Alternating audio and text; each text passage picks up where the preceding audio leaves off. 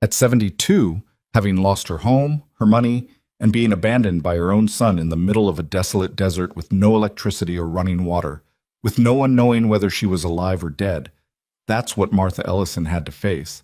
Her son, Dylan, drained her savings before driving away without a word of farewell. But he didn't know that this elderly mother held a secret that money couldn't buy.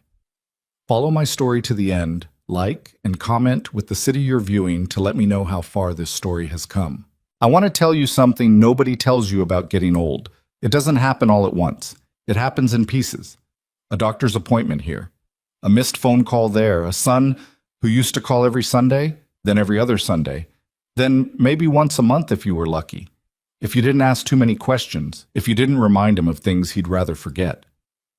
My name is Martha Ellison.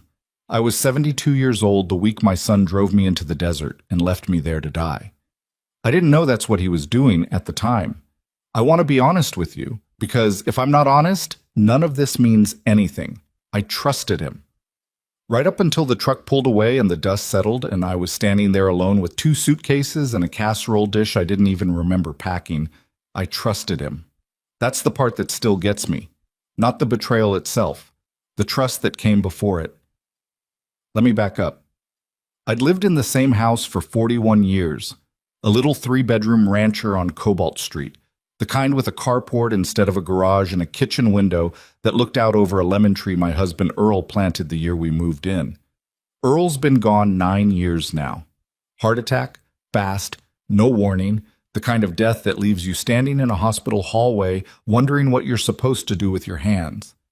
I raised our boy in that house. I buried my husband from that house. I thought I'd die in that house too, in my own bed, with the lemon tree still throwing shade across the kitchen floor in the late afternoon. I didn't understand, not really, how much that house had become me. Until it wasn't mine anymore. The trouble started 2 years before any of this, when the property taxes jumped and my fixed income didn't. I'd worked 30 years as a school cafeteria manager. Not exactly the kind of career that builds you a fortune, but it builds you a pension, a small one, and Social Security on top of that, and I figured between the two I'd be fine. I was fine for a while. Then the assessments went up twice in 18 months because some development company decided our little stretch of road was emerging, whatever that means, and suddenly I owed $4,000 more a year than I had the year before. I didn't tell Dylan how bad it had gotten. That's on me. I'll own that mistake, because pride is its own kind of poison, and I drank plenty of it. I didn't want my son to see his mother struggling. I wanted him to see me the way he'd always seen me, capable, steady, the one who held things together when his father died, the one who never asked anybody for anything. So when the second tax notice came, the one with the red stamp on it, I didn't call him. I called a man named Gary Pruitt instead, a financial consultant whose flyer had been sitting in my mailbox for 3 weeks. Reverse mortgage, he said. Keep the house, get the cash, no payments until you pass or move out. It sounded like a gift from God, except I'm not going to use that word in this story because some things don't deserve to be spoken of in the same breath as what happened to me.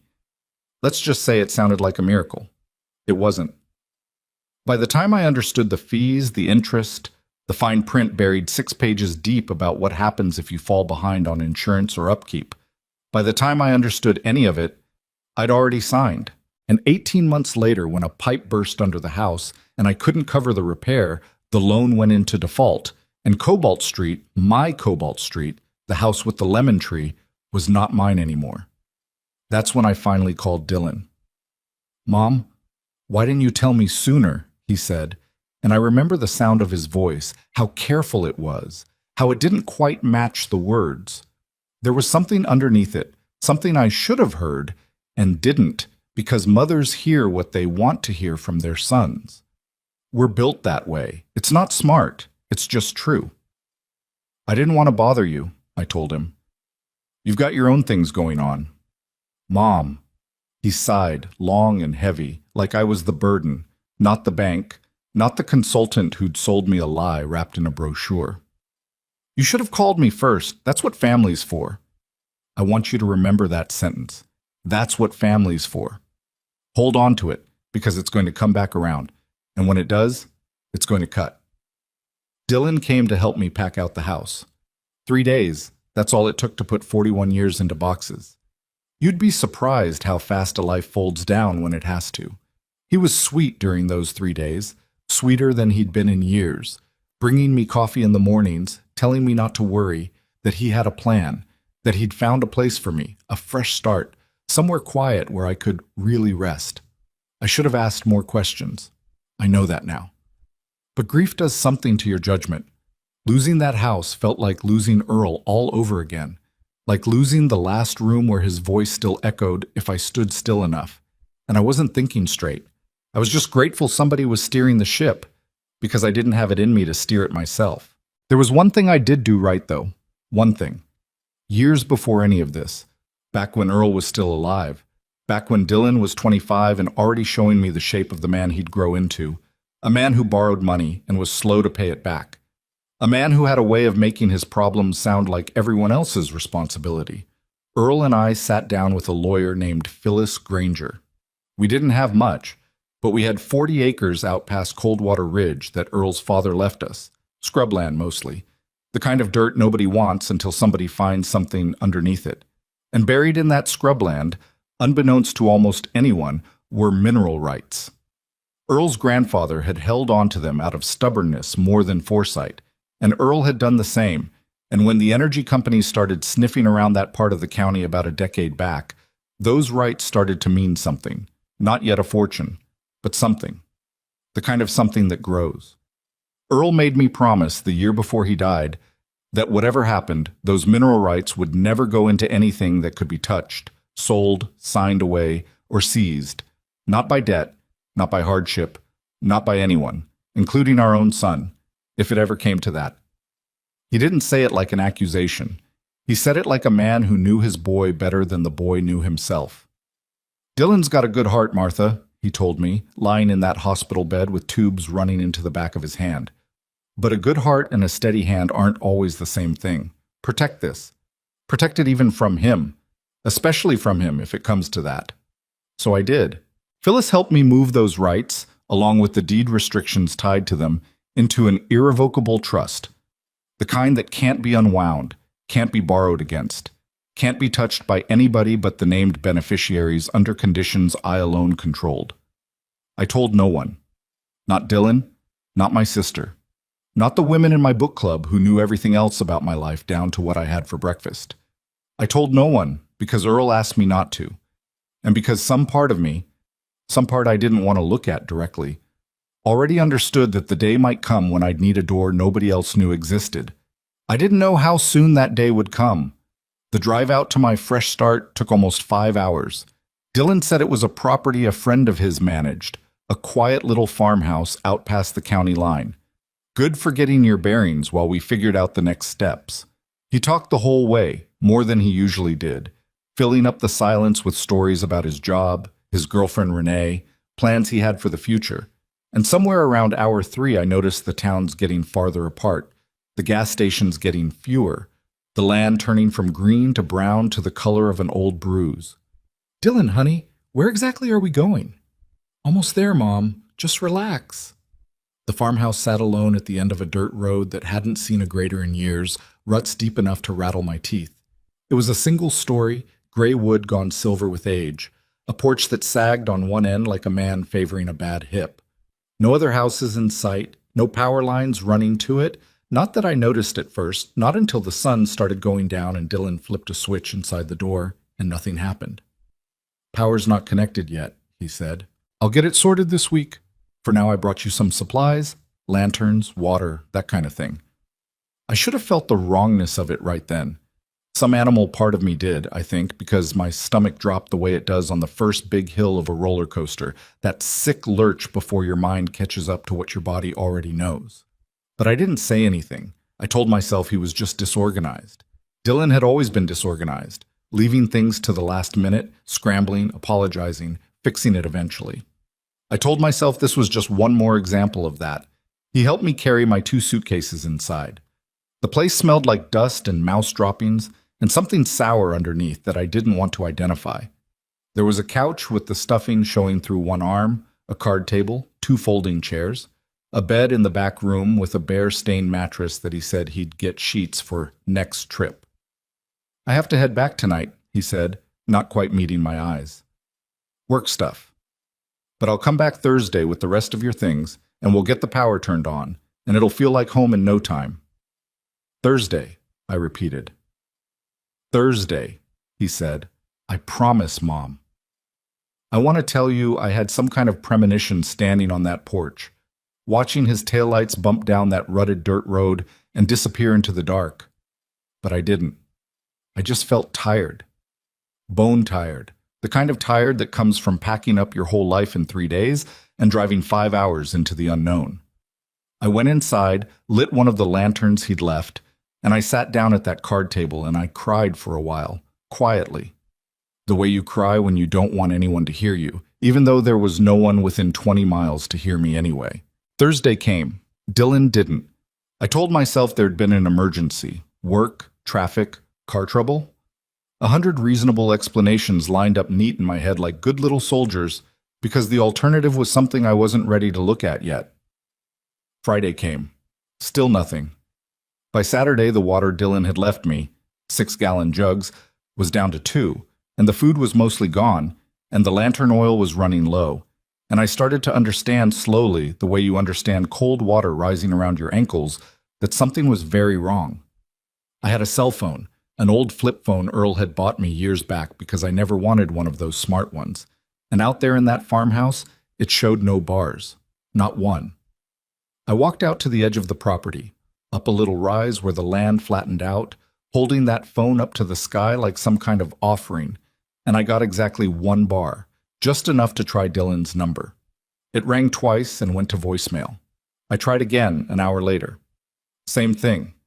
By Sunday, I'd walked that rise so many times my shoes had worn a little path in the dirt, a path I've never forgotten, not even now, telling this story years later. I'd stand up there at different times of day, testing the signal like a woman testing for a pulse. And every time it went the same way. 2 rings, voicemail, my own voice in my ear saying, "Dylan, honey, it's Mom. Please call me back." Until I'd said it so many times, I started to hate the sound of my own pleading. On the 4th day, the water ran out completely. I'm not going to pretend I handled that gracefully. I didn't. I sat on that sagging porch and I screamed his name into the empty desert until my throat went raw and nobody answered because there was nobody to answer, just scrub brush and silence and a sky that didn't care one way or another whether I lived or died out there. But here's the thing about being raised the way I was raised, in a generation that didn't have the luxury of falling apart for long. Somewhere around day 5, something in me shifted. I remember the exact moment. I was sitting on that porch step, throat still raw, watching the sun come up orange and merciless over the scrub, and I thought about Earl. I thought about him telling me all those years ago, holding my hand in that hospital bed, protect it, even from him. And I thought, if my own husband knew somewhere deep down that his own son might do something like this, then maybe I owed it to Earl and to myself not to die out here proving him right in the worst possible way. So I got up, and I started thinking instead of crying. There was an old well on the property, capped but not filled in, and a hand pump rusted nearly solid beside it. I spent the better part of 2 days working that pump loose with a rock and the heel of my shoe, my hands blistering, my back screaming at me in ways it hadn't screamed since I was a young woman lifting cafeteria trays 8 hours a day. On the 3rd day, it gave. Brown water at first, then clearer. I boiled it over a fire I built from broken porch slats, using matches I found in a kitchen drawer, and I want to tell you that water, ugly and silty as it was, tasted like the finest thing I had ever drunk in my life. It was around then, desperate, furious, scraping bark off a mesquite tree because I'd read somewhere that the inner bark could be chewed for nutrients if it came to that I found out exactly how much my son had taken from me. I'd had 1 credit card I kept for emergencies, a small balance, nothing dramatic, the last thread connecting me to the world outside that farmhouse. On a hunch, walking up to that rise with my 1 bar of signal, I called the bank's automated line instead of Dylan's number, just to check the balance, just to see if there was anything left I could use if I ever found my way to a town. The automated voice told me my available credit was 0, maxed out. Then it told me something that made my knees go weak enough that I had to sit down right there in the dirt. There had been a transfer 3 days before Dylan drove me out here, moving the last of my savings account, the $4,000 I had left after the house sold for almost nothing to cover the reverse mortgage debt, into an account I didn't recognize. I sat in that dirt for a long time. I'm not ashamed to tell you that. I sat there and I let myself understand what I'd been refusing to understand all week, that this wasn't disorganization, this wasn't an accident, or a busy week, or bad luck with the truck. My son had driven me out into the desert, stripped what little money I had left, and left me there hoping, I have to believe this, even now, even though it makes my chest hurt to say it, hoping I would either give up and die quietly or get desperate enough to sign something he wanted signed. There was only one thing left with my name on it that he hadn't gotten his hands on yet. One thing Earl had hidden so well that even our own son had never heard a whisper of it. He didn't know about the trust. He thought I had nothing left to protect. That's what made him bold enough to do what he did. He genuinely believed that out here, broken and broke and alone, I'd have nothing left to bargain with. That whatever was coming next would be entirely on his terms. I want you to sit with that for a moment. The way I had to sit with it in that dirt, under that brutal desert sun, blisters on my palms, and grief sitting in my chest like a stone. My own son looked at his 72-year-old mother and calculated that I was worth more to him broken than whole. That my dignity, my safety, my life, weighed less on his scale than whatever debts or wants were chewing at him hard enough to make this seem like a reasonable plan. I didn't have a phone that worked beyond that one bar on the rise. I didn't have a car. I didn't have money or power or anyone who knew exactly where I was, because Dylan, I'd realized later, had been careful about that too, vague with everyone, including my sister, about where exactly he'd set Mom up. I had a falling down farmhouse, a hand pump, a few cans of food I'd be rationing for I didn't know how long, and a secret folder of documents sitting in a fireproof box back at Phyllis Granger's office 200 miles away, documents my son didn't even know existed. It wasn't enough to save me that day. I want to be honest about that too. This isn't a story where the cavalry rides in on day 6 and everything's fine. I was still alone out there, still scared, still rationing water I'd pumped from a well that might have been making me sick for all I knew. But it was enough to keep one small, stubborn coal of something burning in my chest that wasn't quite hope yet, but was at least the cousin of hope. Spite, maybe, or just plain refusal. Because somewhere in that dirt, wiping the tears off my face with the back of a blistered hand, I made myself a promise. I was not going to die out here proving my son right about what an old woman is worth once she's of no more use to anybody. And whatever Dylan thought he'd accomplished by leaving me out here, however clean he thought he'd made his getaway, he didn't know what I still had. He didn't know what I'd protected. And one day, when he came looking for the money he assumed I still had hidden somewhere, the way greedy men always assume there's more, he was going to find out exactly how wrong he'd been about his mother. I got up off the ground. I dusted off my dress, the same flowered house dress I'd been wearing for 6 days straight by then, stiff with sweat and dust. I walked back down that little rise toward the farmhouse, toward the well I'd have to keep pumping, toward whatever came next, because there was nothing else to do but keep going. Behind me, somewhere out past the edge of what I could see, my son was building a life on the lie that he'd erased me. He had no idea that the woman he left behind in that dust wasn't finished, not even close. That farmhouse was supposed to be my grave. Instead, it became the place where I learned exactly what I was made of, and exactly what I still had left to fight with. The well water made me sick the first week. I won't dress that up. I spent 2 days curled on that stained mattress, with my stomach turning itself inside out, sweating through the one sheet I had, wondering if this was how it ended. Not dramatically, not with a bang, just a quiet, stupid death from bad water in a house nobody knew I was in. But I didn't die.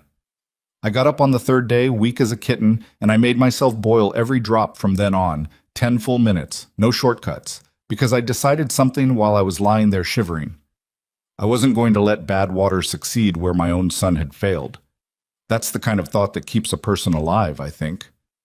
Spite dressed up as discipline. I started taking inventory of the place like it was a job, because it was easier to survive if I treated it like one instead of a punishment. The farmhouse had good bones underneath the dust. Earl always used to say that about old houses, good bones, and I never understood what he meant until I was living inside one, counting on it not to fall down around me. There was a wood stove in the front room, rusted but intact, and a chimney that still drew when I finally got a fire going in it. There was a tool shed out back, padlocked, but the lock was old and gave up after I worked at it with a tire iron I found half buried near the porch steps. Inside that shed, a coil of rope, a handsaw, a hatchet with a loose head, a few rusted cans of nails, and this is the part that still makes me laugh now, though it didn't then, a single working flashlight with batteries that had maybe 40% life left in them. I rationed that flashlight like it was gold.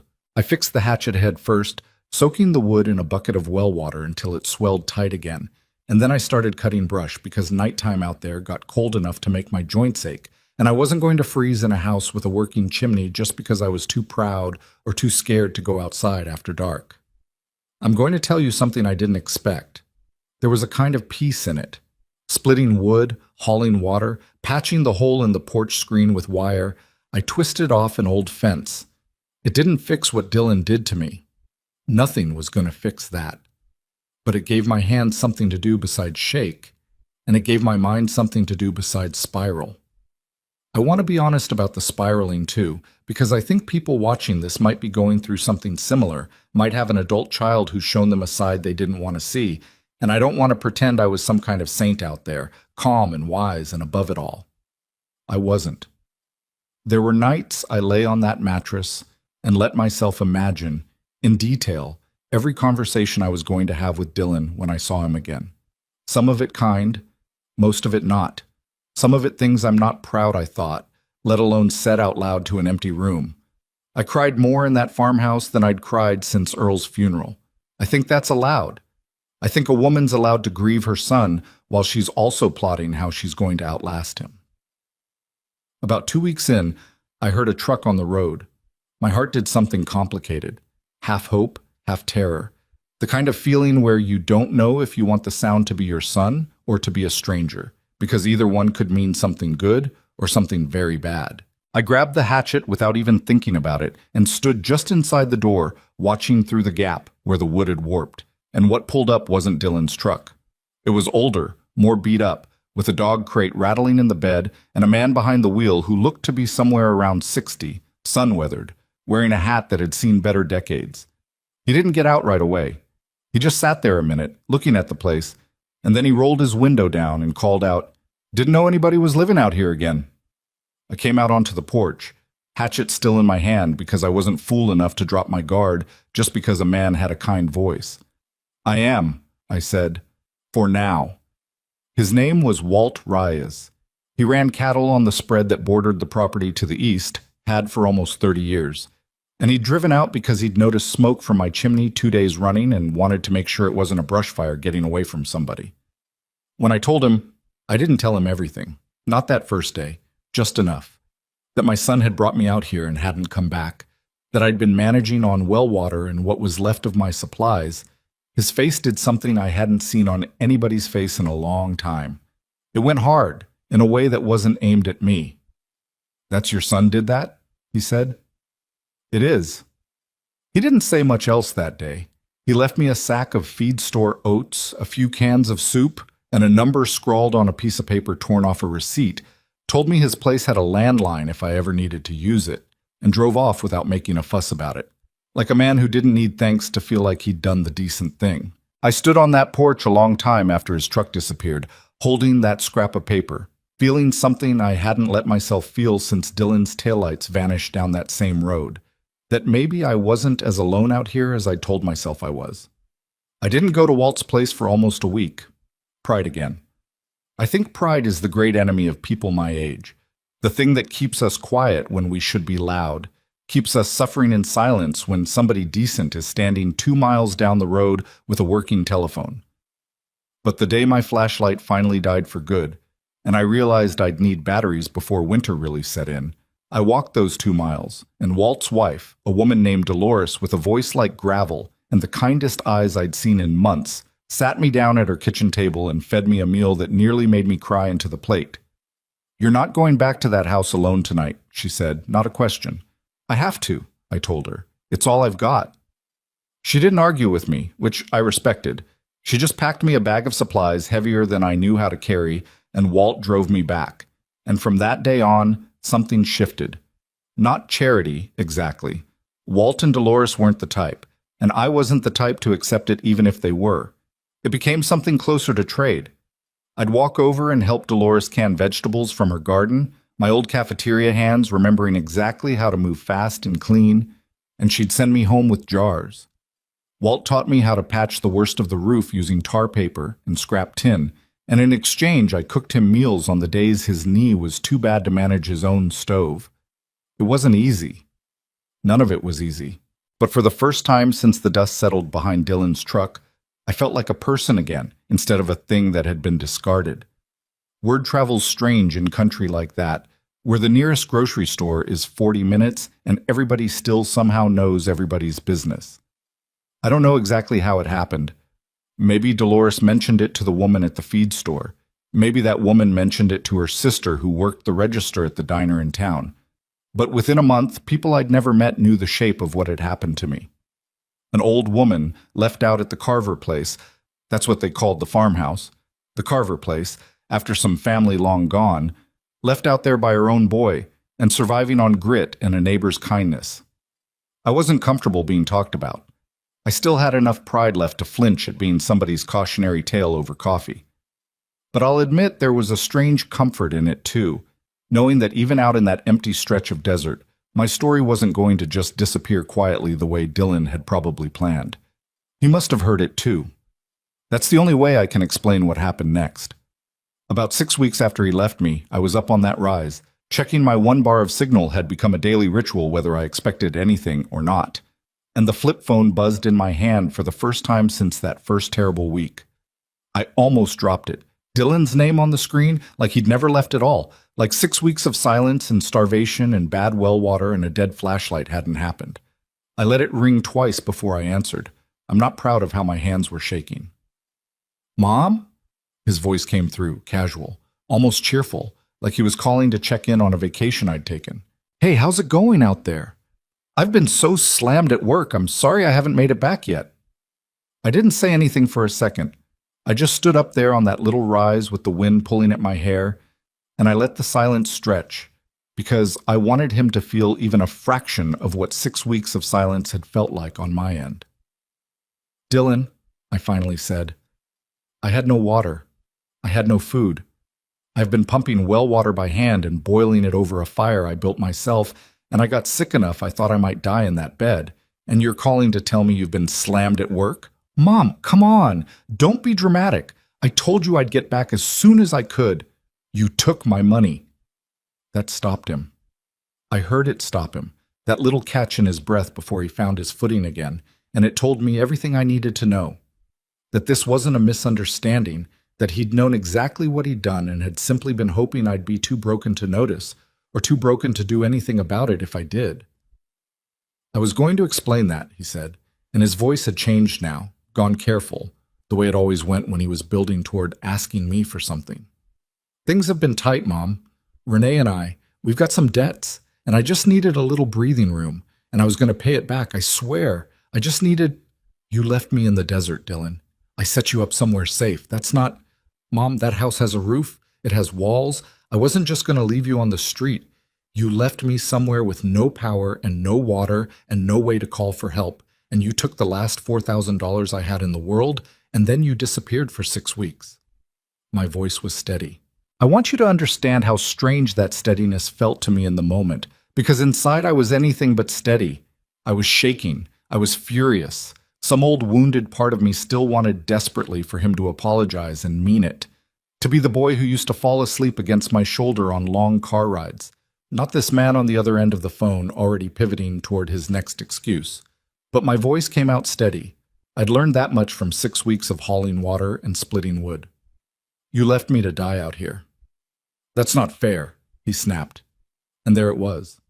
The anger, quick to the surface now that guilt hadn't worked. "I didn't leave you to die. Don't be so dramatic. People live without power all the time.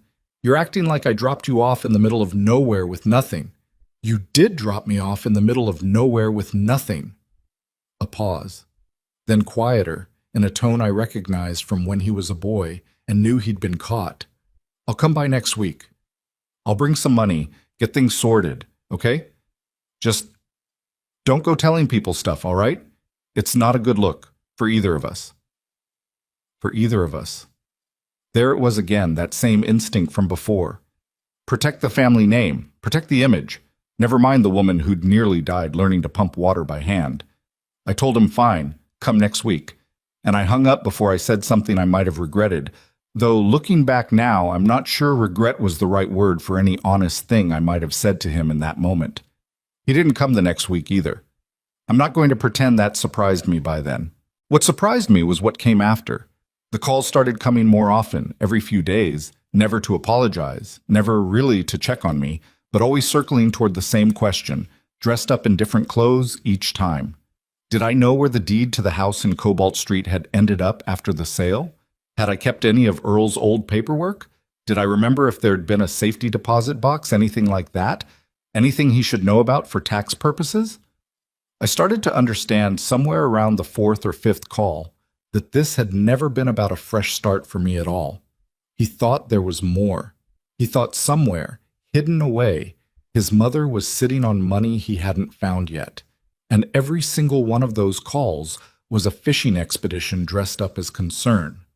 Walt was the one who said it plainest, sitting on his porch one evening while Dolores shelled peas beside us and the sun went down orange over the scrubland. "Boy didn't leave you out here to punish you," he said, working a piece of leather tack between his thick fingers. "He left you out here thinking you'd get desperate enough to hand over whatever he thinks you're still hiding. He's not done with you, Martha. Men like that, they don't walk away clean. They circle back." I didn't tell Walt about the trust. I hadn't told anyone, not even Dolores, who I'd come to trust more than almost anyone outside my own family by then. Earl's voice was still in my head. Protect it, even from him. And some instinct told me that the fewer people who knew, the safer that secret stayed. But I started, quietly, preparing. I asked Walt, careful with my words, if he'd ever consider being a witness to something. If it came to that, a witness to the state I'd been left in, the dates, the conditions. He said he would without even asking what for. Dolores started keeping a little notebook of her own, dates I'd come to their place, what I'd told her, what condition I'd been in. She didn't tell me she was doing it until much later, but I think some part of her, sharper than I gave her credit for at the time, already sensed where this was heading. By the third month, the farmhouse didn't look like the place Dylan had dumped me in anymore. The roof was patched.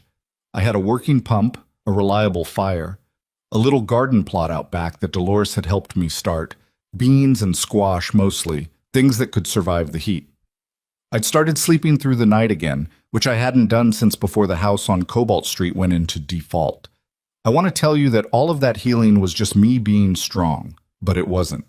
It was Walt and Dolores mostly, two strangers who decided an old woman alone in the desert deserved better than what her own family had given her. I think that's a lesson too. If you're looking for one in this story, sometimes the family that shows up for you isn't the family you were born into. Sometimes it's the people who choose to drive out and check on the smoke coming from your chimney. Dylan finally came in person near the end of that third month, pulling up in a truck I didn't recognize, nicer than the one he'd left me in, which told me something about where the money I'd lost had probably gone. I watched him get out from the porch, and for just a second, just one flickering second, I saw my little boy in him. The way he used to walk, hands in his pockets, head tilted slightly like he was bracing for something. Then the second passed, and all I saw was a grown man in a truck he shouldn't have been able to afford, standing on the land where he'd left his own mother to fend for herself. "You look good," he said, like that was supposed to mean something, like 3 months of hauling well water and splitting wood and surviving on a stranger's charity was a beauty regimen I'd chosen for myself. "What do you want, Dylan?" He laughed, a little too easily, the kind of laugh men use when they're trying to smooth over something uncomfortable. "Can't a son just check on his mother?" "You haven't checked on your mother in 3 months. You've called asking about deeds and safety deposit boxes. So I'll ask again. What do you want?" Something shifted across his face then, the mask slipping just enough that I saw the calculation underneath it, and for the first time since he'd driven away from the same porch, I felt something other than grief looking at him.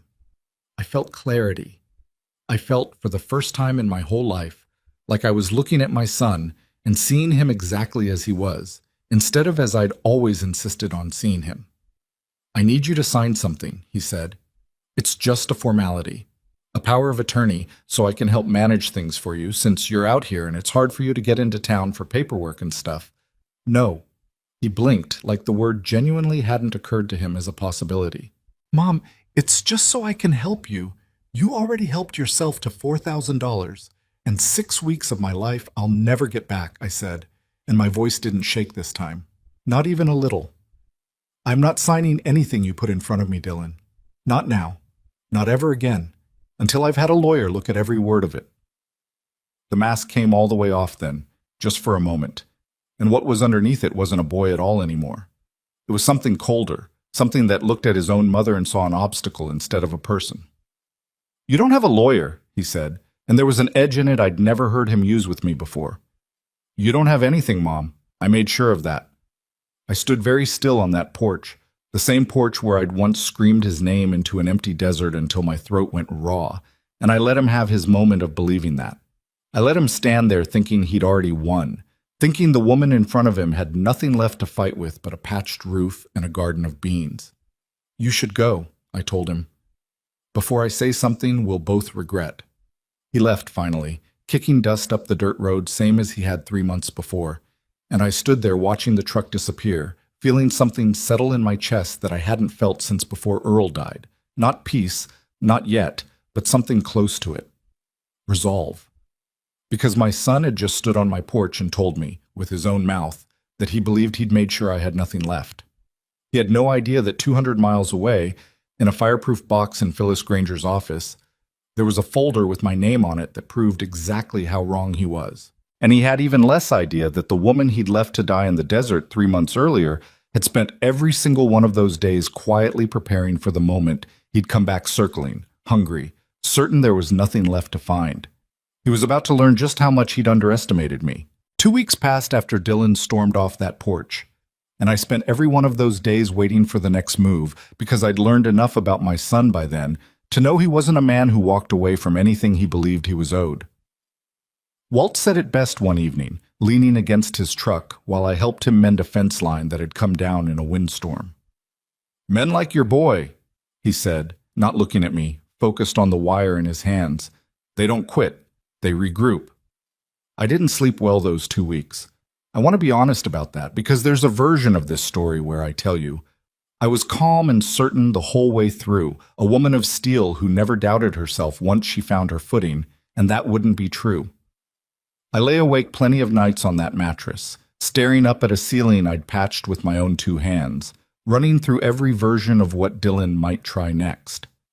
Some nights I convinced myself he'd given up, gone back to whatever life he'd built with the money he'd stolen from me, decided his mother wasn't worth the trouble anymore. Other nights I knew better. A man who drives his own mother into the desert and empties her bank account isn't a man who gives up easy. He's a man who recalculates. I used those 2 weeks well. At least. I walked the 2 miles to Walt and Dolores' place more than I probably needed to, partly for the company, partly because their landline was the only way I had to reach the outside world. And there was one call I needed to make. I dialed the number for Phyllis Granger's office from memory. Some numbers just stay with you, the way Earl's birthday stays with you, the way the sound of a screen door slamming stays with you.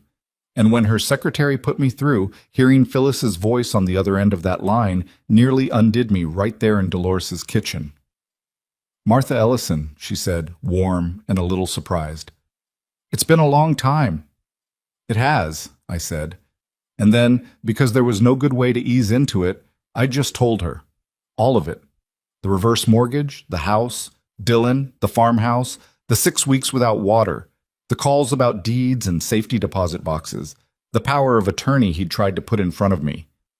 I heard her go quiet on the other end, and when she spoke again, her voice had changed, gone careful and precise, in a way that told me she was already thinking 3 steps ahead. "Martha, the trust is exactly where you and Earl left it," she said. untouched. Nothing about it has changed, and nothing about it can change without your signature and mine. And frankly, several other safeguards Earl insisted on that I thought were excessive at the time, and now thank goodness for. Your son cannot touch it. I want you to hear me say that clearly. He cannot touch it, no matter what he tries to put in front of you. I closed my eyes and let that settle into me, the first real relief I'd felt in months. He doesn't know it exists, I said. Good, Phyllis said. Let's keep it that way as long as we can.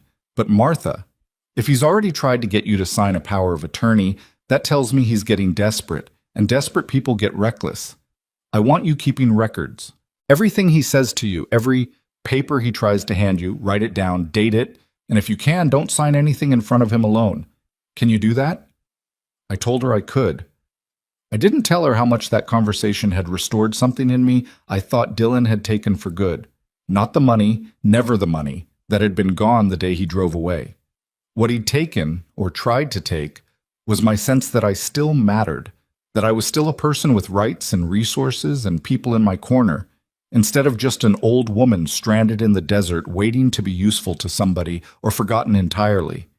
Hearing Phyllis's voice, steady and certain, telling me my son could not touch what Earl and I had protected, that gave me back something Dylan had spent 3 months trying to grind out of me. Dolores started keeping that notebook in earnest after that call. I caught her at it one afternoon, sitting at her kitchen table with a little spiral notebook, writing the date at the top of a fresh page. And when I asked her about it, she just shrugged, matter of fact the way she was about most things. Figured somebody ought to keep track, she said. Man like that, he's going to lie about what happened out here eventually. Better there's a paper trail says otherwise. I didn't fully understand yet how much that notebook was going to matter. I just knew, sitting there in her kitchen with the smell of her cooking still in the air, that I was luckier than I had any right to be, to have landed, even by accident, even by abandonment, close enough to 2 people who'd decided to treat me like I was worth protecting. Dylan came back on a Tuesday. I remember it was a Tuesday because Dolores and I had been canning tomatoes that morning, and I still had the smell of them on my hands, sweet and a little sharp, when I heard the truck coming up the road. Same nicer truck as before, but this time he wasn't alone. There was a second man in the passenger seat, younger than Dylan, wearing a button-down shirt that looked out of place against that dusty road, carrying a leather folio under his arm like he was about to give a presentation instead of stand in front of a farmhouse in the middle of nowhere. I stayed on the porch. I'd decided already, after that call with Phyllis, that I wasn't going to let Dylan catch me off balance again. Wasn't going to let him walk up those steps and into my space without my having already planted my feet. Mom, Dylan said, climbing out of the truck with that same too easy smile he'd worn the last time, like nothing between us had happened, like 3 months of silence and theft and abandonment was just a rough patch between a mother and son who loved each other. This is Marcus. He helps with paperwork, legal stuff. I wanted to make sure everything was done right this time. Done right. I almost laughed at that, standing there on a porch I'd rebuilt with my own blistered hands, in a house he'd left me in to die. Done right. What kind of paperwork? I asked. Marcus stepped forward with the kind of smile men wear when they're selling something, opening that leather folio to reveal a stack of documents, official-looking, with seals and signature lines, and just enough legal language scattered through them to make an ordinary person's eyes glaze over before they got to the part that mattered. Mrs. Ellison, it's wonderful to meet you, he said. I understand there's been some confusion about the property situation, and we just want to get everything properly documented so there's no ambiguity going forward, for your protection as much as anyone's. What property, I said, flat, is there to document? I don't own property anymore. You all made sure of that. Dylan's smile flickered, just barely, but Marcus pressed on smooth as anything, the kind of smooth that told me he did this often, that he was practiced at walking onto porches and putting documents in front of people who didn't fully understand what they were signing. There's the matter of the Coldwater Ridge parcel, he said, watching my face carefully as he said it. The 40 acres. We understand it's still under your name, and given your current circumstances, Dylan felt it would be wise to consolidate management of the property under a single point of contact to streamline things and protect the asset from any complications. There it was. I felt something go very still and very clear inside me, the way a pond goes still, right before you see straight down to the bottom of it. Coldwater Ridge. The mineral rights. They knew. Or they suspected enough to come asking with documents already drawn up, ready for a signature, betting that an old woman 3 months broken down by hardship would be tired enough, scared enough, desperate enough to sign without reading too closely. "Where did you hear about Coldwater Ridge?" I asked. Dylan shifted his weight, and for just a second the mask slipped again, the way it had the last time he'd stood on this porch. "Dad's old paperwork," he said. "I found some files going through storage. I know there's mineral rights tied to that land, Mom. I'm not stupid. I figured it out a while back, actually. Figured that's probably why you've been managing all right out here, why you haven't come crawling back asking me for help. You've got something tucked away."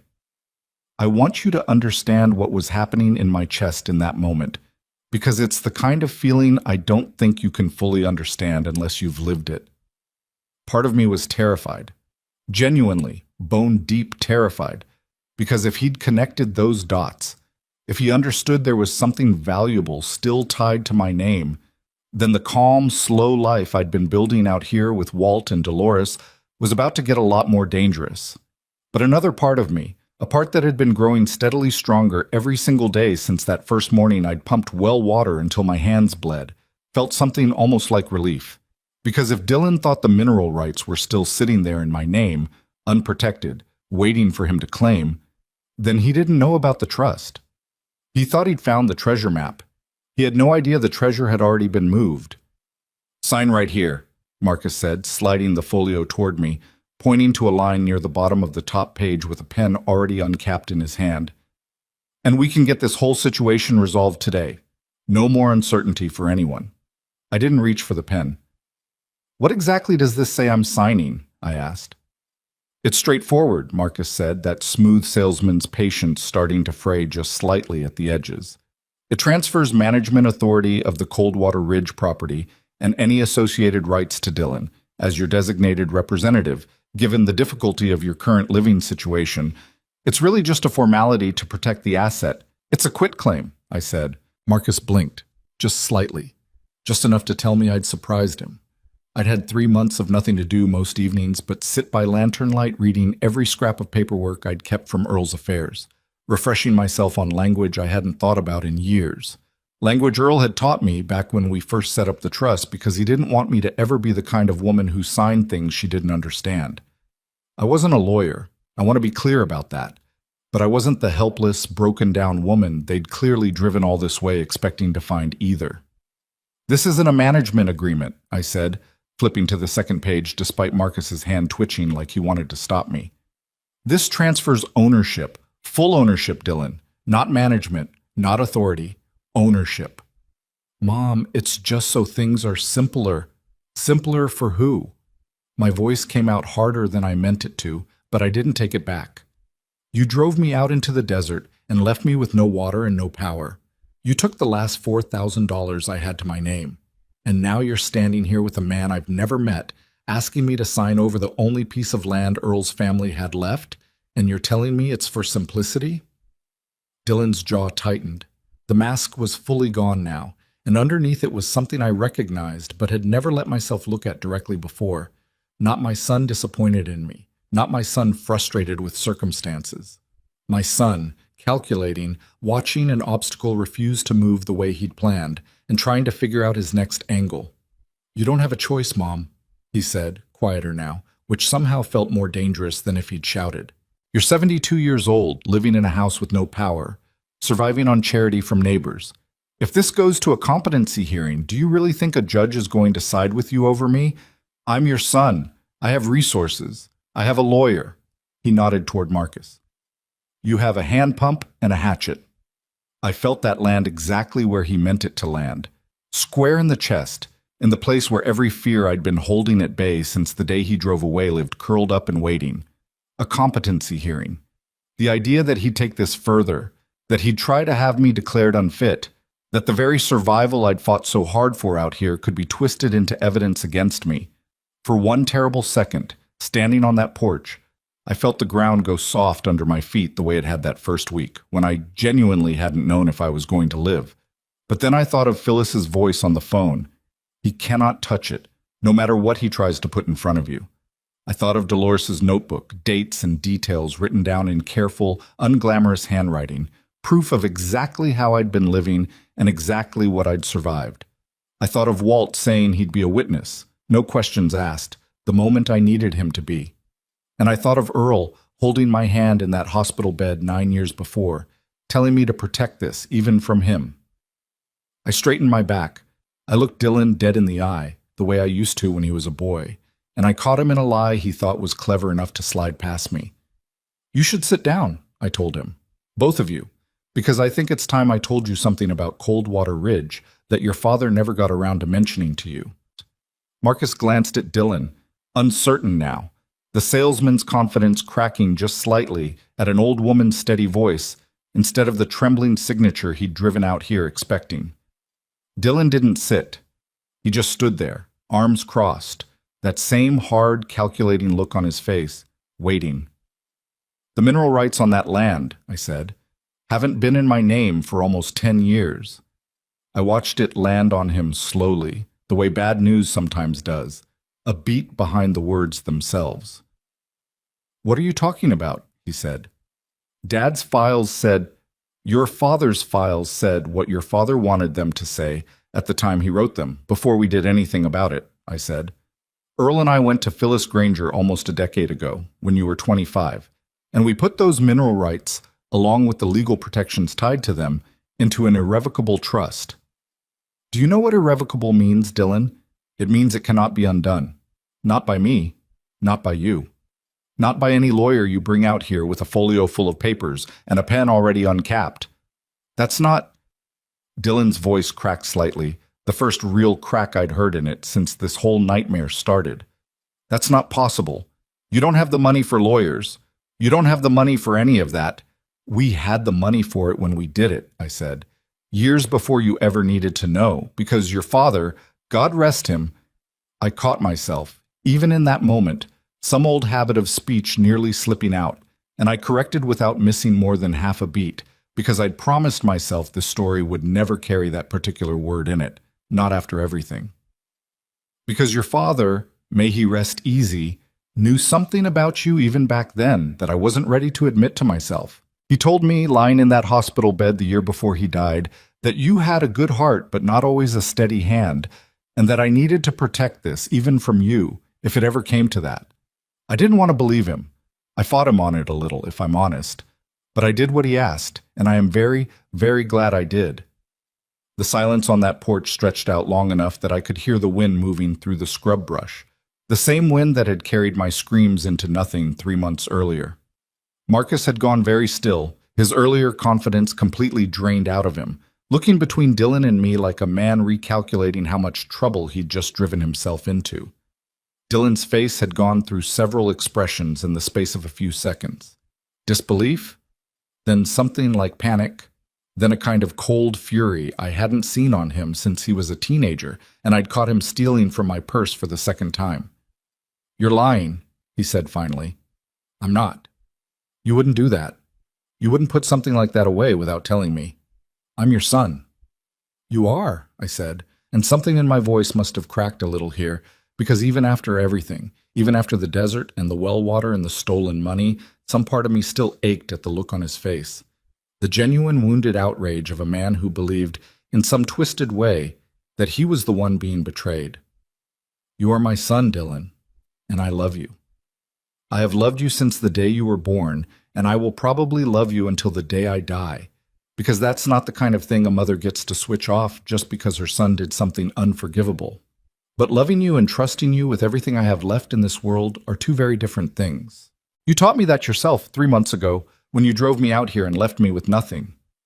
"This is insane," Dylan said, and he was pacing now, dragging a hand through his hair, the careful businessman persona completely gone, replaced by something rawer, angrier, more like the boy who used to slam doors when he didn't get his way. "You're telling me this whole time, this whole 3 months, you've had, what, money sitting there? Rights worth something, and you just let me think. You let me believe you had nothing?" You left me with nothing, I said again, slower this time, because I needed him to actually hear it instead of just letting it bounce off him the way everything seemed to. I had nothing, Dylan. I had a falling down house and a hand pump and two neighbors kind enough to make sure I didn't starve. The trust isn't something I can touch either. Not easily, not without specific conditions Earl and Phyllis built into it years ago. I wasn't sitting on a fortune while you thought I was suffering. I was suffering. The trust just means that fortune, whatever it ends up being worth, was never going to end up in the hands of someone who'd do what you did to get it. Marcus cleared his throat, clearly looking for a way to extract himself from a situation that had gone very differently than whatever he'd been promised. Mrs. Ellison, if I could just clarify the legal standing of the document we brought, you can leave, I told him, not unkindly, but with enough finality that he understood it wasn't a suggestion. Whatever you were paid to drive out here today, I'd suggest you ask for it back, because there's nothing here for either of you to sign. He didn't argue.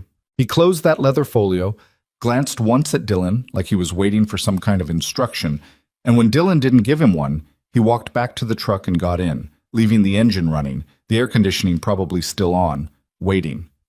That left just the two of us on the porch, my son and me, with 3 months of betrayal and a decade of secrets sitting between us like something physical, something you could almost reach out and touch. How could you do that? Dylan said, and his voice had gone quiet now, almost small, in a way that made him sound, for just a moment, like the boy I remembered instead of the man standing in front of me. How could you keep something like that from me my whole life? I felt the unfairness of that question land in my chest like a slap, and for the first time since he'd driven away from this same porch 3 months earlier, I let myself get angry out loud instead of just carrying it quietly the way I'd been carrying it. How could I said, and my voice rose despite myself. Dylan, you left me to die out here. You stripped my savings account 3 days before you abandoned me in a house with no power, hoping I'd either give up or get desperate enough to sign over whatever you thought I still had. You're standing on this porch right now asking me how I could keep a secret from you after what you did to me. That's not... I wasn't trying to hurt you, I was trying to... He stopped himself, and I watched him search for an ending to that sentence that didn't sound as ugly as the truth, and not find one. I needed money. Renee and I were underwater on the house, the cars, there's debts you don't even know about, and I panicked, okay? I panicked, and I thought if I could just get some breathing room, by taking everything I had and leaving me to fend for myself in the desert. I thought you'd be fine, he shouted, and the rawness of it, the genuine desperation underneath the anger, was almost more unsettling than if he'd stayed cold and calculating the whole time. I thought Walt or somebody would find you. I thought it would just be a few days. I didn't think... You didn't think, I said, quiet now, quieter than I'd been the whole conversation, because I'd realized something in that moment that hurt worse than anything that had come before it. That's exactly it, Dylan. You didn't think about me at all. Not once. You thought about your debts and your panic and what you needed, and somewhere in all of that, your 72-year-old mother became an inconvenience to be managed instead of a person to be protected. And now you're standing here angry that the one thing I did manage to protect, I protected from you specifically, because some part of me, some part I didn't even want to admit existed, already knew you might do exactly what you ended up doing. He didn't have an answer for that. I watched him stand there on that porch, hands at his sides, something working behind his eyes that I couldn't fully read. Guilt, maybe, or just the cold math of a man realizing his plan had failed completely. That the leverage he thought he had didn't exist. That the woman he'd left for dead in the desert had quietly outmaneuvered him from 200 miles away without him even knowing the game was being played. What happens now? He finally said, and there was something almost pleading in it, though I couldn't tell if it was genuine remorse or just the panic of a man realizing he had nothing left to bargain with. Now, I said, you're going to get back in that truck and you're going to leave. And I want you to understand something before you go, Dylan, because I don't know if I'll get another chance to say it as clearly as I can say it right now. What you did to me wasn't a mistake. Mistakes are forgetting to call, or showing up late, or losing your temper once and apologizing after. What you did was a choice.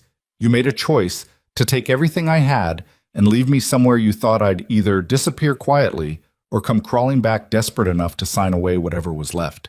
And I am done being a person you can make choices like that about." I expected him to argue.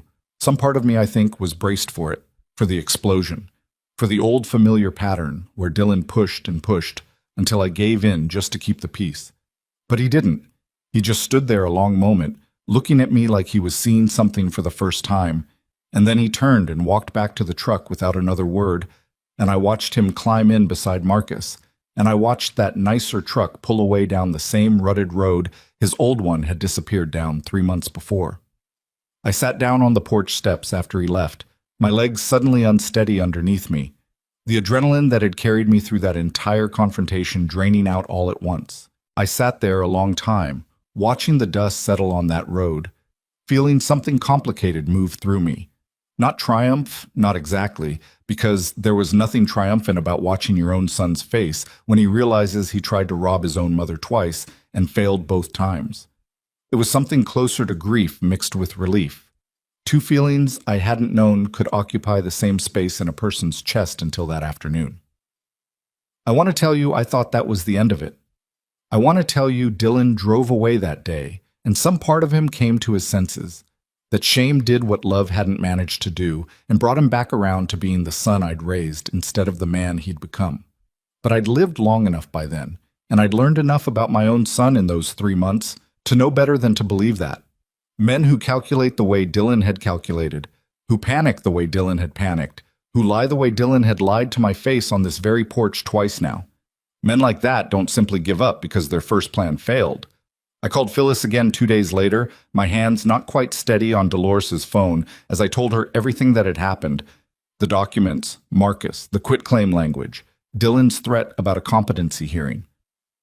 She went quiet for a moment on the other end, and when she spoke again, her voice had that same careful precision I'd heard from her the first time, except sharper now, more urgent. "Martha," she said, "I need you to listen to me very carefully.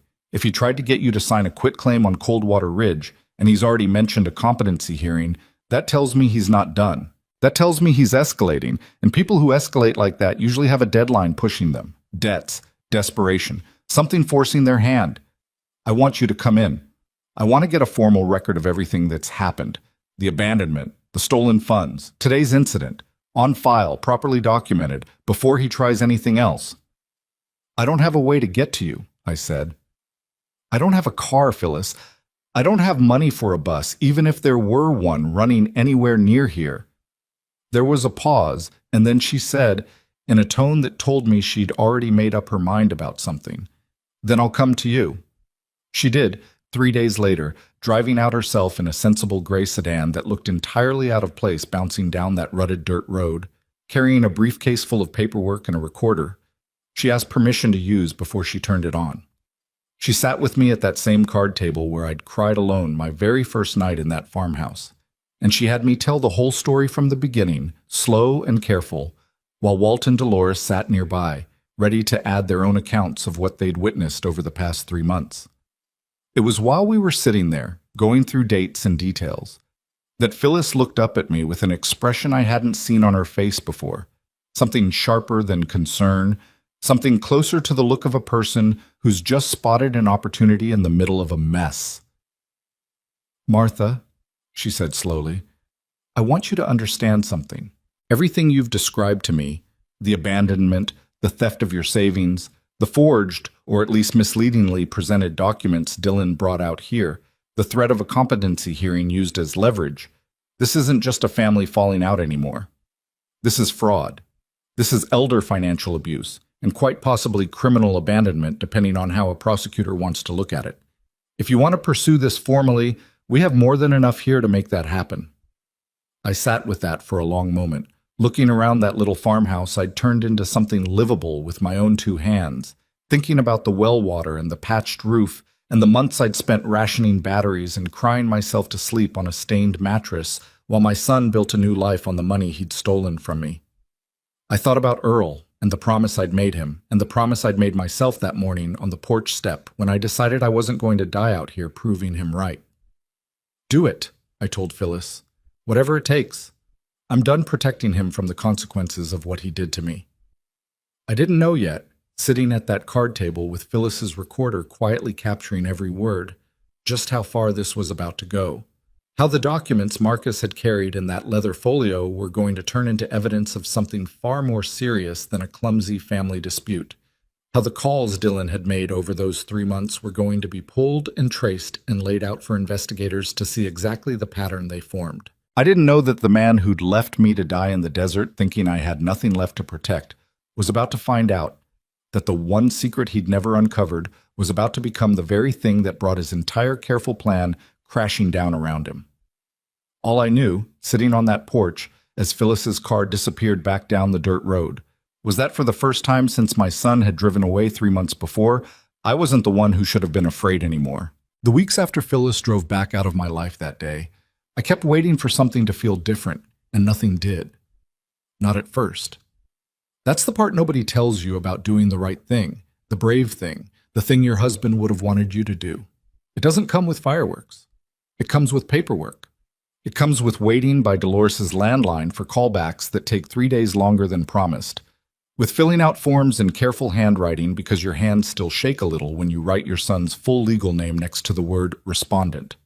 Phyllis had connected me with a detective out of the county sheriff's office, a woman named Renata Cole, broad-shouldered, soft-spoken, the kind of person who took notes without making you feel like you were a case file instead of a human being. She drove out to the farmhouse herself about 10 days after Phyllis's visit, sat with me at that same card table, and asked me to walk through everything one more time, slow, in order, while she wrote in a notebook that looked a lot like the one Dolores had been keeping. "I want to be straight with you, Mrs. Ellison," she said, when I'd finished. "Cases like this, financial exploitation of an elder by a family member, they're more common than people think, and they're harder to prosecute than people think, because juries don't always want to believe a son could do this to his own mother. But what you've got here is stronger than most. The bank transfer 3 days before he left you out here, that's not circumstantial, that's documented.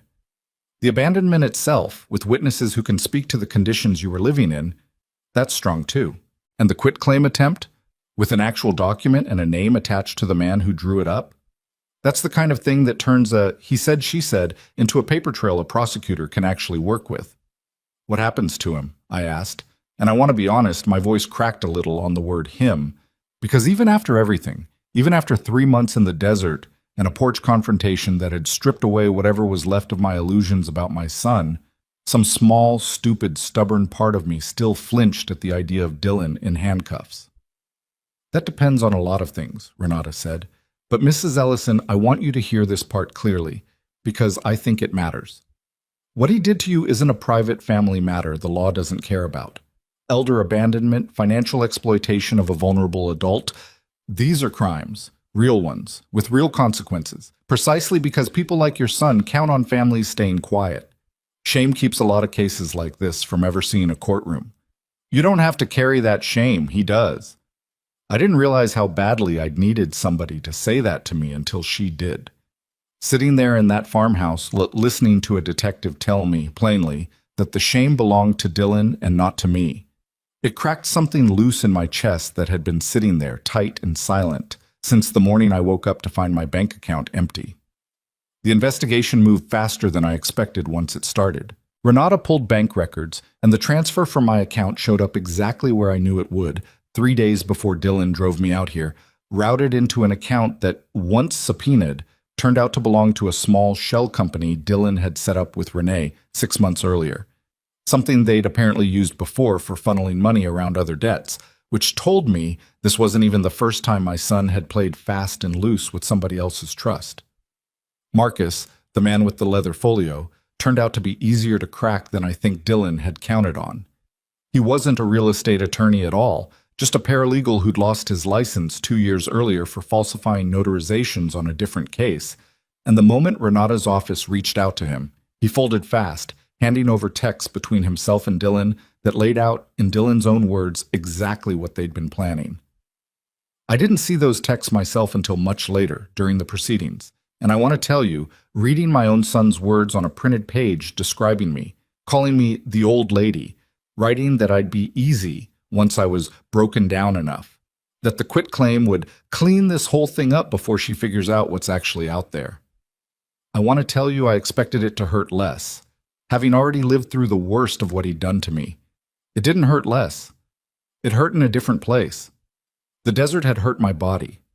Those texts hurt something underneath that, some last small hope I think I'd been carrying without fully admitting it, that maybe somewhere in all of this, Dylan had at least seen me as a person and not as an obstacle with a bank account attached.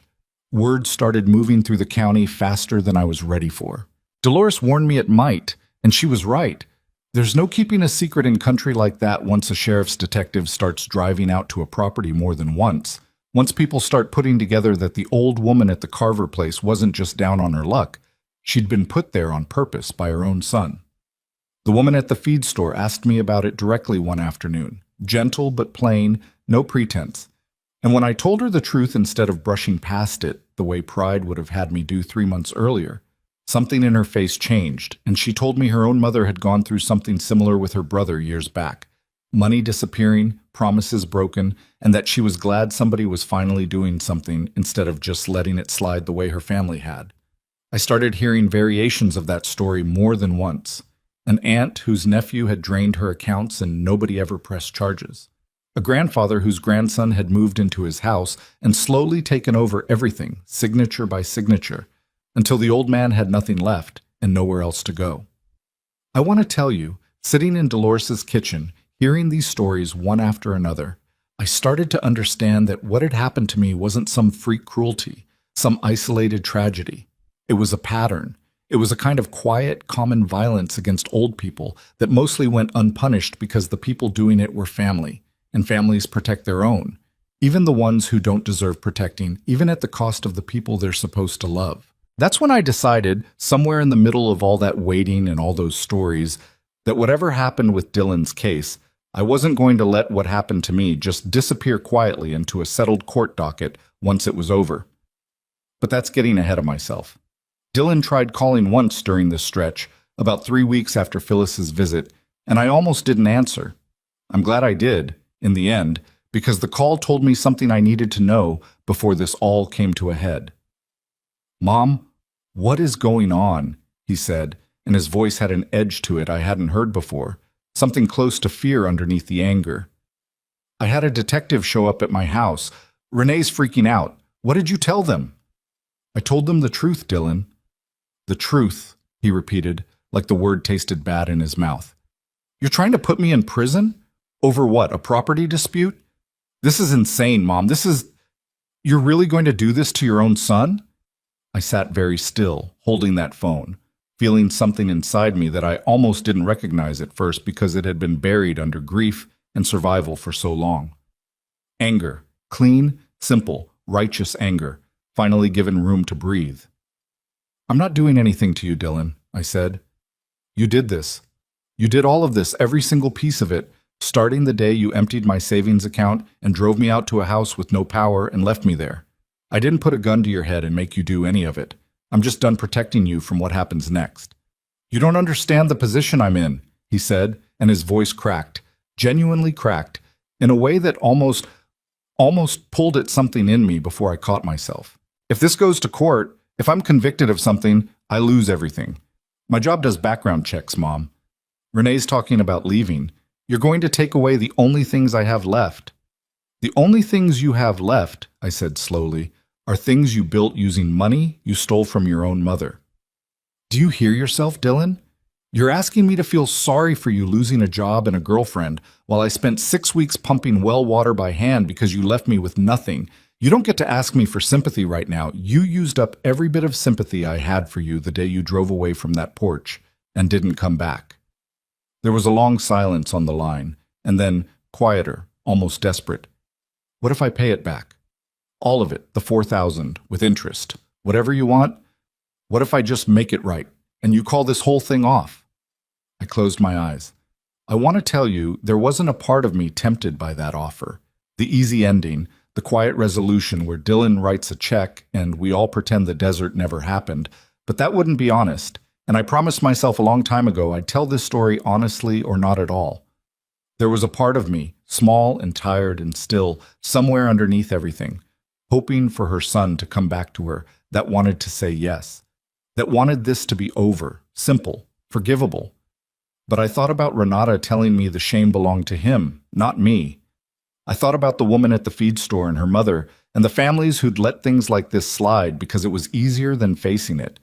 I thought about every other son and every other family who might learn exactly the wrong lesson if his mother could be bought back into silence with a check. No, I told him. This was never about the $4,000, Dylan. It stopped being about money the second you decided I was disposable. You can't pay your way out of what you did. You're going to have to actually face it. He hung up on me. I sat there at Dolores' kitchen table for a long time afterward, holding a phone that had gone silent, feeling the particular ache of having just closed a door I knew, somewhere deep down, I was never going to reopen. The case moved towards something more formal over the following 2 months. There was a preliminary hearing, then a longer process. I won't pretend I understood every detail of. Financial records, forensic accountants brought in to trace the money through Dylan and Renee's shell company, testimony scheduled from Walt and Dolores about the conditions they'd found me in, the dates documented in that careful little notebook Dolores had been keeping since the very beginning. Phyllis sat with me through most of it, walking me through what each step meant, preparing me for what I'd need to say if it came to testifying myself, which it eventually did. I'll tell you, standing up in that courtroom, looking out at rows of strangers and a judge who'd probably heard 1,000 sadder stories than mine, was one of the hardest things I've ever done in my life, harder in some ways than the desert itself, because the desert had only required my body to survive. This required something else. It required me to say out loud, in front of everyone, exactly what my son had done to me, without flinching, without softening it to make it easier for anyone in that room to hear. I told them about the drive out to the farmhouse, the dark settling in with no power, the well water I'd had to pump by hand and boil over a fire I built myself. I told them about the calls that went unanswered for 6 weeks, about checking my bank balance and hearing an automated voice tell me there was nothing left. I told them about the quitclaim, about Marcus and his leather folio, about Dylan standing on my porch telling me I had nothing left to bargain with right before I told him about the trust. I watched, while I spoke, the way Dylan sat at the defense table, not looking at me, jaw tight, and I felt something I hadn't expected to feel in that moment. Not satisfaction exactly, but a kind of clean, hard clarity. I wasn't lying. I wasn't exaggerating. I was simply telling the truth about what had been done to me, plainly, and letting the truth carry whatever weight it carried on its own. Renee testified too eventually, though not the way Dylan probably hoped she would. Faced with the shell company records and the forensic accountant's testimony tracing exactly how the stolen funds had moved, she struck a deal of her own, and what she gave up in exchange painted a picture even uglier than what I'd already pieced together. That this hadn't been a single desperate moment of panic, the way Dylan tried to frame it. They'd planned it. They'd discussed, in messages later read into the record, exactly how long they thought I'd last before either dying quietly or signing whatever they needed signed, and they debated, almost clinically, whether the farmhouse or some other location would draw less attention if anyone came looking. Hearing that my own son had sat with his girlfriend and calculated, like a business problem, how long his mother might survive without water, was the moment something in that courtroom finally broke loose in me that I'd been holding together since the very first day on that porch. I cried. I'm not ashamed of that. I think anyone would have. The forged elements of the quitclaim attempt added their own weight to the case. Marcus's falsified notarization history, the misleading legal language designed to obscure that the document transferred full ownership rather than mere management, the way the whole presentation had been built specifically to exploit what they believed was an old woman's confusion and desperation. Phyllis later told me that piece, more than almost anything else, was what made the difference in how seriously the prosecutor's office took the case from the start. It showed premeditation, a plan executed in stages, not a single bad decision made in a moment of weakness. Walt and Dolores both testified about the state I'd been in when they found me, the conditions at the farmhouse, the months of slow recovery, the calls Dylan had made circling around questions about deeds and safety deposit boxes instead of ever once asking how I was holding up. I watched Walt on that stand, this quiet, weathered man who'd never asked me for a single thing in exchange for everything he'd given me. Describe finding smoke from my chimney and an old woman standing on a porch with a hatchet in her hand because she didn't know if the truck pulling up belonged to a friend or to more trouble. And I had to look down at my hands in my lap because some kindnesses are hard to sit and witness being spoken out loud, even when you're the one who received them.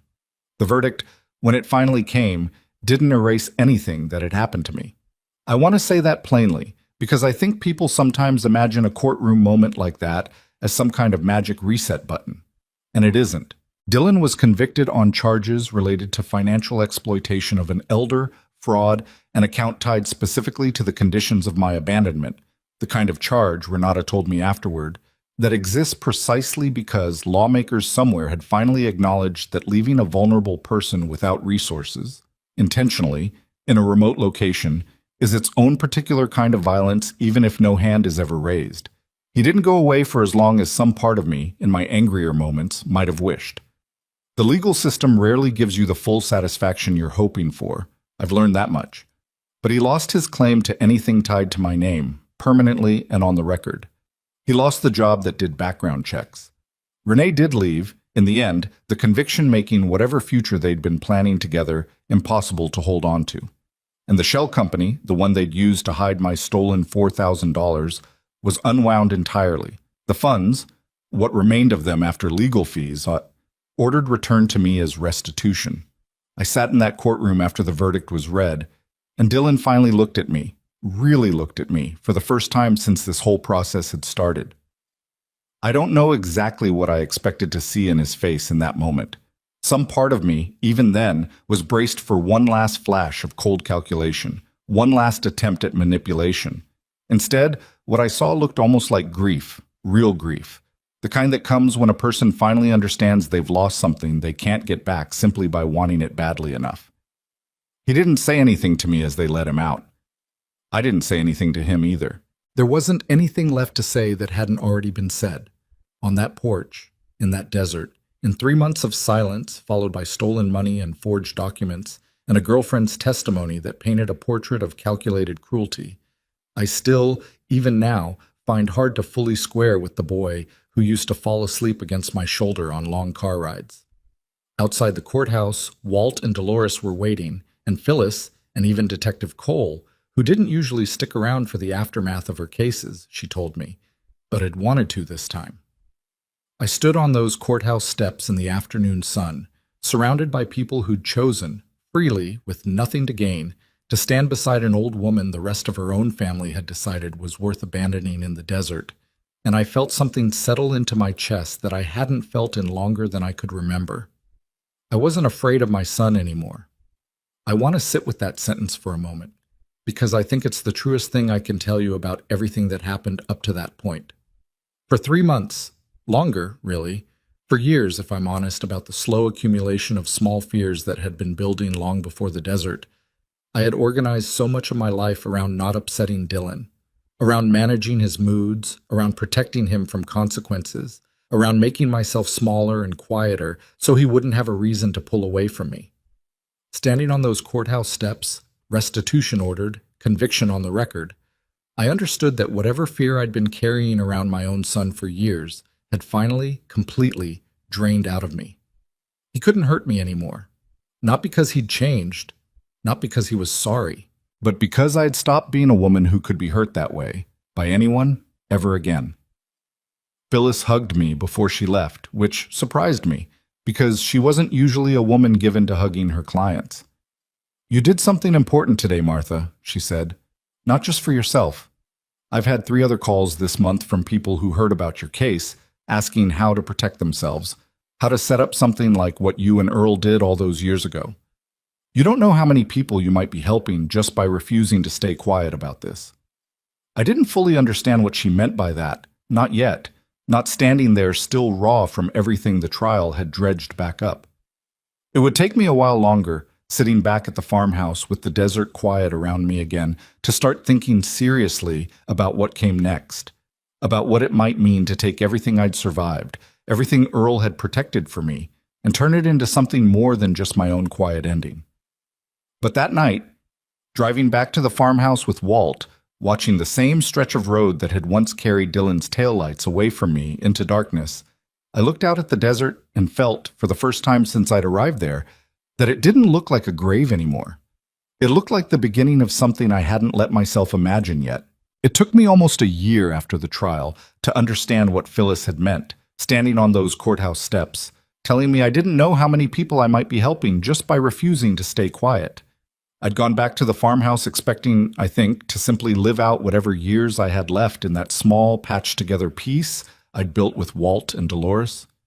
The garden, the wood stove, the quiet rhythm of a life nobody could take from me anymore. I didn't expect the calls. They started slow. A woman 2 counties over, calling Phyllis's office after reading a small piece about the case in a regional paper, asking how an old woman with no money and no car had managed to protect 40 acres of mineral rights from her own son. Then a man whose elderly father had just been moved into a back bedroom by a nephew who'd stopped letting anyone else visit, asking if there was anything that could be done before it was too late. Then a social worker, then another, then a county elder services office, all of them circling around the same exhausted, frightened question: what do we do when the danger is family? I didn't have all the answers.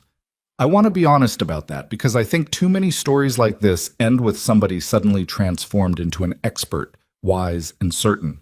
And that wasn't me. I was just a 73-year-old woman who'd survived something terrible and happened to have a lawyer willing to keep answering her phone. But I had something most of these people didn't have yet, which was proof that it could be survived, that an old woman with a hatchet and a hand pump and one stubborn secret could come out the other side of betrayal still standing. Sometimes that's worth more than expertise. Sometimes a person just needs to look at somebody who made it through and believe for the first time that they might make it through too. It was Dolores, actually, who said the thing that finally cracked something open in me.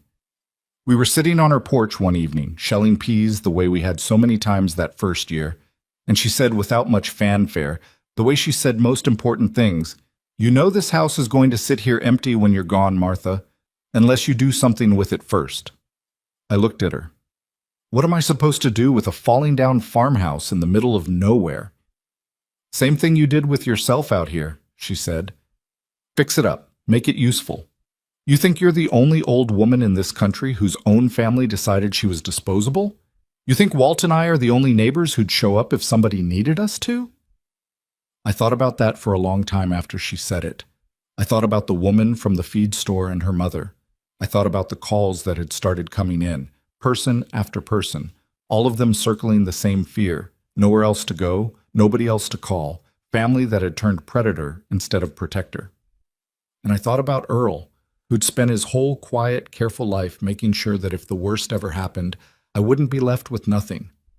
He'd protected one old woman, me. What if that protection could stretch further than that? I went to Phyllis with the idea, half-formed, embarrassed even saying it out loud at first, because it felt too big for somebody like me, a cafeteria manager's pension and a piece of scrubland, to be talking about building something. But Phyllis didn't laugh at me.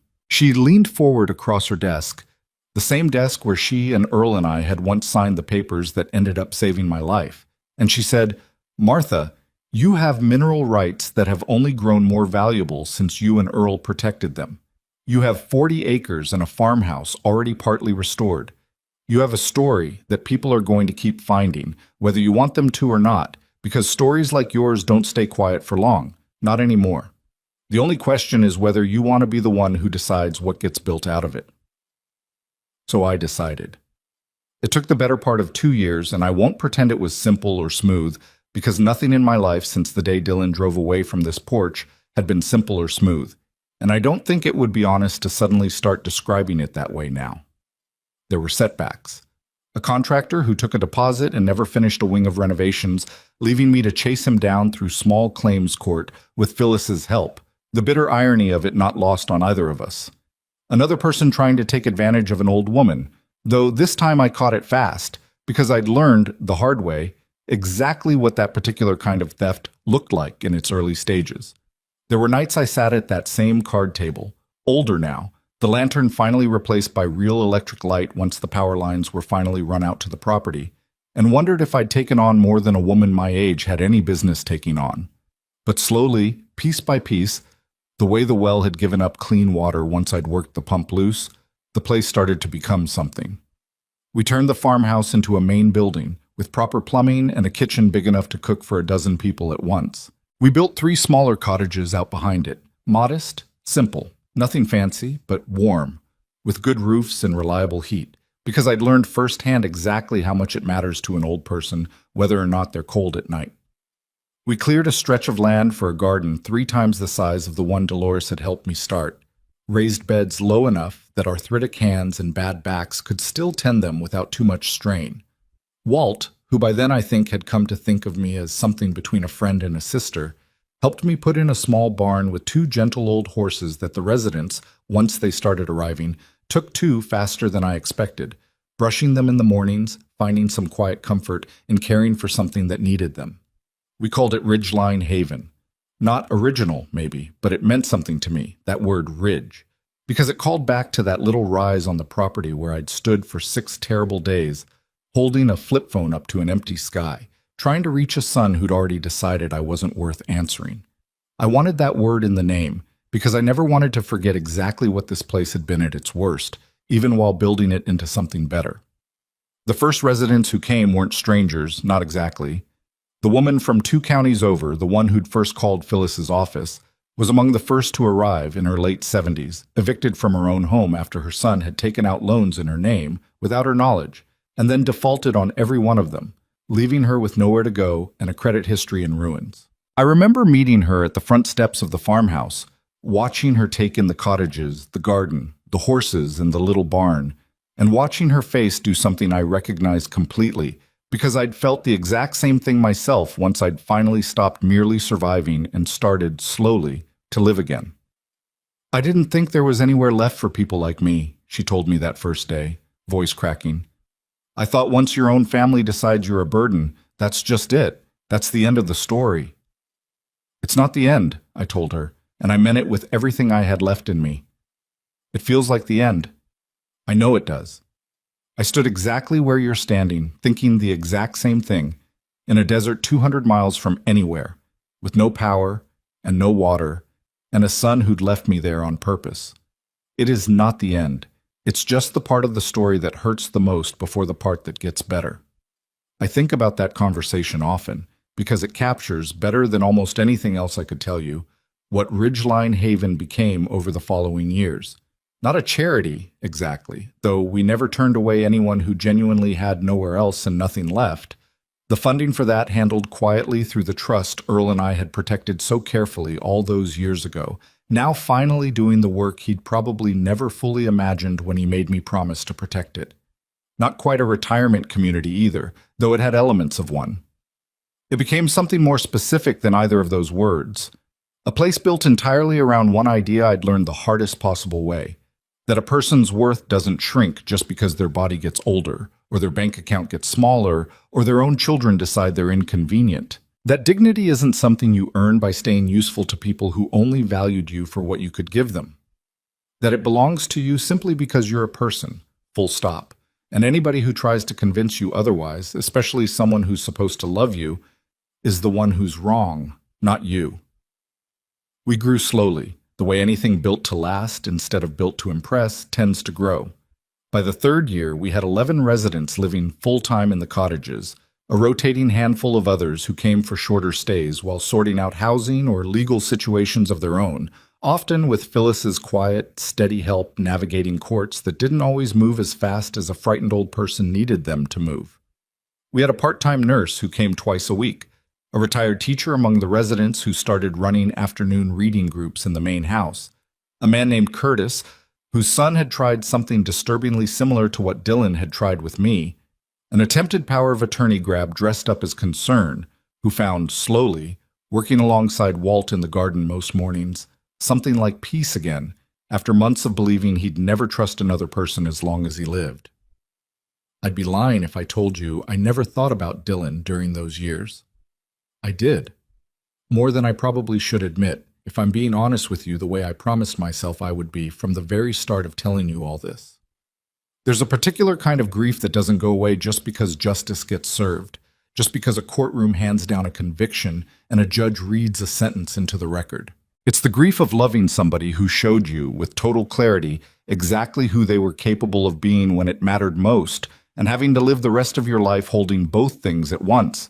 The boy who fell asleep against your shoulder on long car rides, and the man who calculated how many days you might survive without water.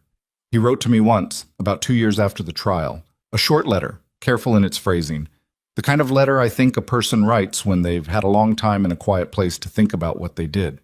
He apologized. I believe, as much as I'm able to believe anything about Dylan anymore, that some part of that apology was genuine. He asked if there was any chance, someday, of starting to rebuild something between us. I thought about that letter for a long time before I answered it. I talked it over with Phyllis, with Dolores even, a little, with the residents at Ridgeline Haven who'd come to know enough of my story to understand what that letter might mean to me. In the end, I wrote back, and I told him the truth.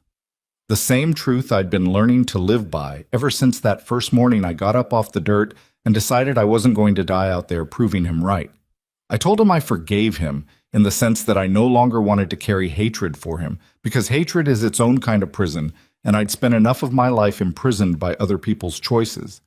But I told him forgiveness and trust are two completely different gifts, and that trust, once a person breaks it the way he'd broken it, isn't something that gets handed back automatically just because enough time has passed and enough remorse has been expressed. I told him if he wanted any kind of relationship with me going forward, it would have to be built slowly, carefully, with nothing assumed and nothing demanded, on my terms instead of his, because I had spent too many years letting our relationship run on his terms and look exactly where that had taken both of us. I don't know, even now, exactly what our relationship will become. We exchange letters occasionally. He's never asked me for money again, not once, and there's a part of me that notices that, weighs it, understands it as one small data point in a much longer process of finding out whether the man my son has become after everything is capable of being someone I can trust even a little. I'm not in a hurry to find out. I learned, the hardest way a person can learn something, that I don't owe anyone access to my trust just because we share blood. Not even him. What I think about more than Dylan, if I'm honest, is the version of myself I was before that drive into the desert. The version who didn't tell her son how bad the property taxes had gotten because she didn't want him to see her struggling. The version who signed a reverse mortgage from a stranger's flyer because she was too proud to ask her own family for help. The version who stood on a porch watching her son's taillights disappear and told herself it was probably just disorganization, just a busy week, just one more example of a pattern she'd been making excuses for since he was a teenager taking money out of her purse. I don't blame that woman, not anymore. I understand her. I understand how a whole life of being told, quietly, in 1,000 small ways, that a mother's job is to make things easy for everyone else, can leave a person without the instincts she needs to protect herself, when protecting herself is exactly what the moment requires. But I am not that woman anymore, and I don't think I ever will be again. That's the thing I try hardest to pass on to every person who comes through the gates at Ridgeline Haven, whatever their particular story of betrayal looks like, because every single one of them carries some version of mine. The parent who gave too much for too long, who mistook silence for strength, who learned far too late that love isn't supposed to cost you your safety, your dignity, or your last $4,000. I tell them what I wish somebody had told me before Dylan ever loaded those 2 suitcases into his truck. That love is not a transaction.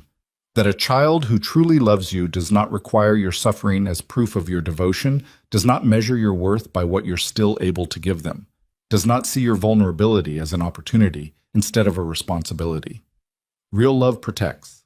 It doesn't calculate. It doesn't drive you out into the desert and hope you'll either disappear quietly or come crawling back desperate enough to sign whatever's put in front of you. I tell them, too, that protecting yourself isn't selfish, isn't cold, isn't some failure of the warmth a mother or father is supposed to carry for their children no matter what. Earl understood that long before I did. He sat in a hospital bed with tubes in the back of his hand and told me to protect what we'd built, even from our own son, because he loved that boy enough to want better for him than the version of himself Dylan might become if nobody ever drew a line he couldn't cross. I think about that more now than I ever did when Earl first said it to me. Boundaries aren't the opposite of love. Sometimes they're the last, hardest, truest expression of it. The thing you do not because you've stopped caring, but because you understand. Better than the person you're protecting yourself from, exactly what they're capable of becoming if nobody ever makes them face it. 5 years now, since that first night in the farmhouse, since I sat alone at that card table and cried until the lantern burned low, certain in some small, terrified corner of myself that I might actually die out there before anyone ever came looking. 5 years since I pumped that first ugly mouthful of well water and decided it tasted like the finest thing I'd ever had. I stood on the porch of the main house at Ridgeline Haven last spring. The same porch, rebuilt now with proper railings and a fresh coat of paint. The same spot where Dylan once told me I didn't have anything left to bargain with. And I watched 11 residents and their families gathering in the yard below for what had become an annual spring dinner. Long tables set up under string lights Walt had helped me hang. The smell of Dolores's cooking drifting out from the kitchen. The sound of laughter. Real laughter. Not the careful, managed laughter of people pretending everything is fine, but the genuine sound of people who'd found something they'd stopped believing they were allowed to have again. I thought about Earl that evening, the way I still do most evenings, wondering what he'd make of what I'd built out of the thing he'd asked me to protect all those years ago. I think he'd be proud. I think he'd recognize, in the careful way I structured the trust to keep funding the place long after I'm gone, the same instinct he'd had himself, sitting in that hospital bed, thinking 3 steps ahead about how to protect the people he loved from harm he could already see coming. I think he'd tell me I waited too long to stand up for myself, and he'd be right about that too. But I think, more than anything, he'd be glad that the worst thing his son ever did to me ended up becoming the foundation for something that's now protecting dozens of people who have nobody else standing in their corner. I lost my house on Cobalt Street. I lost the lemon tree Earl planted, the kitchen where I raised my son, 4 decades of a life I thought I'd grow old and die inside. I lost, in the deepest sense, the relationship I thought I had with my own child, the comfortable fiction that he loved me unconditionally, that family meant safety no matter what. Those losses are real. And I don't want to stand here and tell you grief like that simply transforms into gratitude if you just look at it the right way. Because that's not honest, and I promised you honesty from the very first word of this story. But I gained something too. Something I don't think I would ever have found if Dylan hadn't driven me out into that desert and left me there, certain I had nothing left worth protecting. I gained the clearest understanding I've ever had of exactly who I am underneath every role I'd spent my whole life playing for other people. Wife, mother, cafeteria manager, the woman who held everything together so nobody else had to. I gained 11 people, going on 12 next month, who call that farmhouse home now, who garden in the mornings and read together in the afternoons and sit at long tables under string lights in the evenings, safe in a way every single one of them had stopped believing they deserved to be. I gained a family, in the truest sense of that word, built not on blood but on the simple, steady choice to show up for each other, the way Walt showed up that very first afternoon, noticing smoke from a chimney and driving out to make sure an old woman wasn't in trouble. My son chased a fortune he thought I was hiding, certain that breaking me down far enough would make me hand it over. He was wrong about almost everything that mattered, but he was right about one thing, in the end, without ever knowing it. There was a fortune. He just never understood what it actually was. It was never the money, never the mineral rights, never anything that could be signed away on a card table by a folio full of forged documents. The real fortune was the woman who walked out of that desert refusing to disappear quietly, and everything she built afterward, for herself and for everyone else the world had been all too ready to leave behind.